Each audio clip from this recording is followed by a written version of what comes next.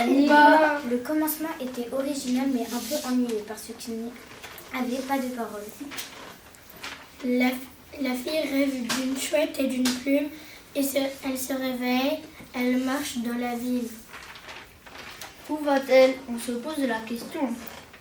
Nous avons bien aimé le milieu parce qu'il y avait un gros oiseau qui claquait son bec. La façon des personnages était fantastique. Anima. Alexandre Fouquet a créé les sons, c'est par les bruits d'oiseaux que le spectacle commence. Il y avait des bruitages d'oiseaux, de routes, de chiens, les bruits de bricolage, mais aussi de la musique et des sons du clavier. La voix de la chouette, la grand-mère et de la fille, c'est Alexandre qui les a créés. Quand la petite fille construit l'oiseau, Alexandre est musicien et il joue aussi en direct du clavier.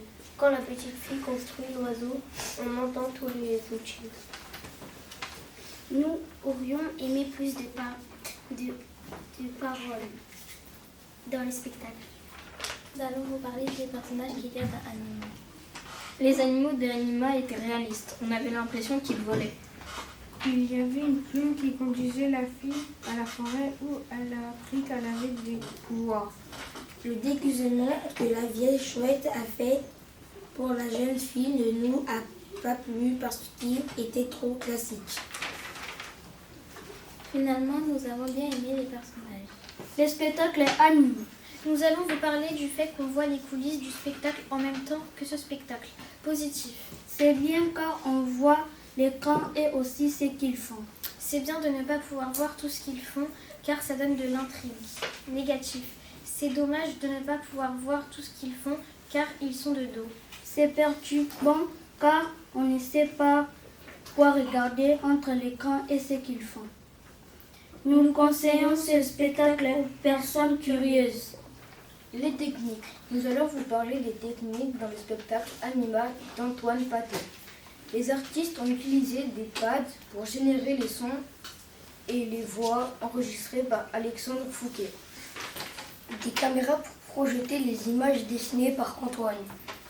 Ils ont utilisé des fils et tringles à rideau pour bouger la marionnette à la fin du spectacle.